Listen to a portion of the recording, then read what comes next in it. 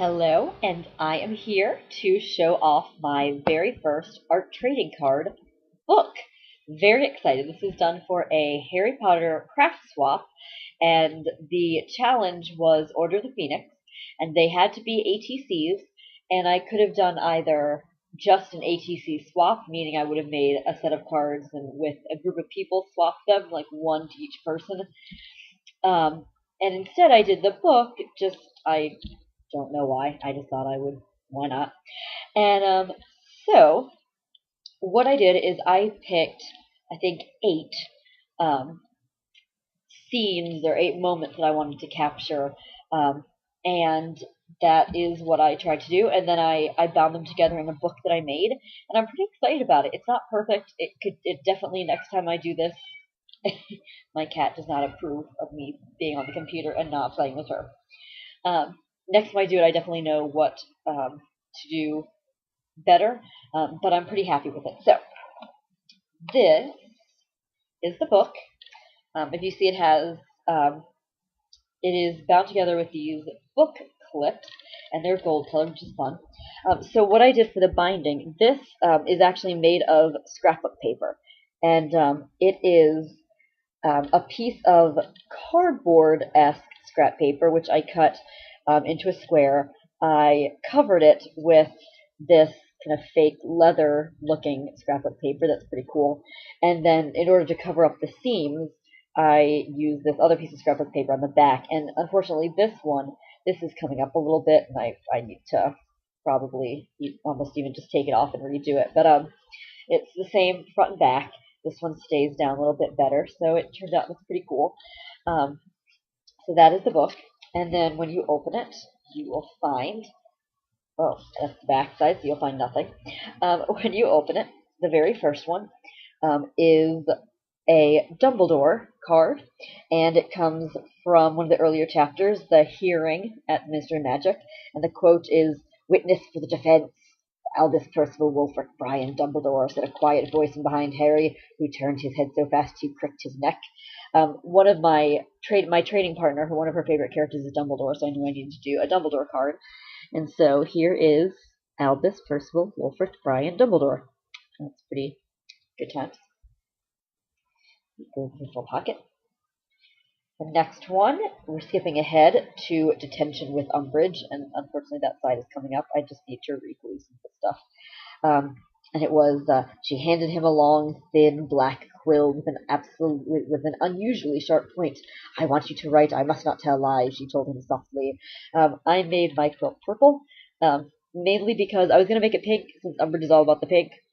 But I looked in the book, and it doesn't really, or I looked for a picture for what they use in the movie, and it was a very dark purple. And so I did that also because the background is pink, and so I felt like I shouldn't have that much pink in one place. It was going to be gross. And obviously in the background it just says, "I must not tell lies," over and over and over and over and over again. The next one is my favorite. It's Hermione, one of my favorite quotes. "Just because you've got the emotional range of a teaspoon doesn't mean we all have." And the card looks like this. There's Hermione.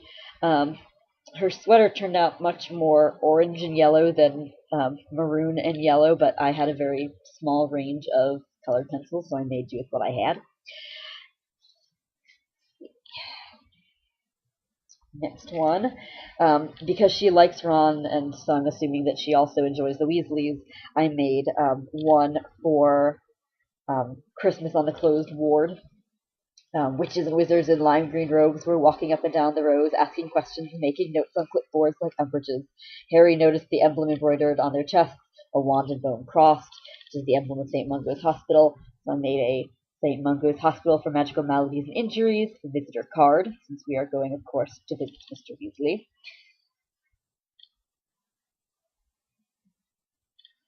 The next one is probably one of my other favorite ones. I don't do well drawing critters.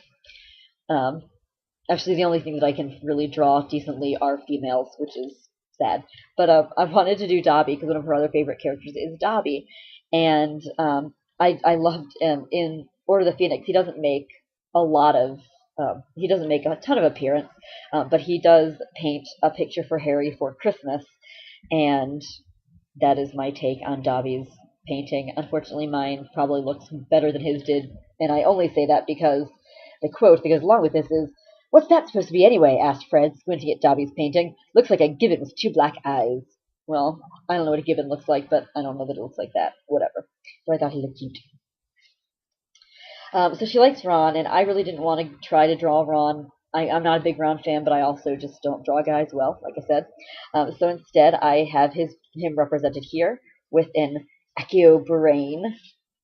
I was pretty proud of my brain. I thought it turned out kind of cool.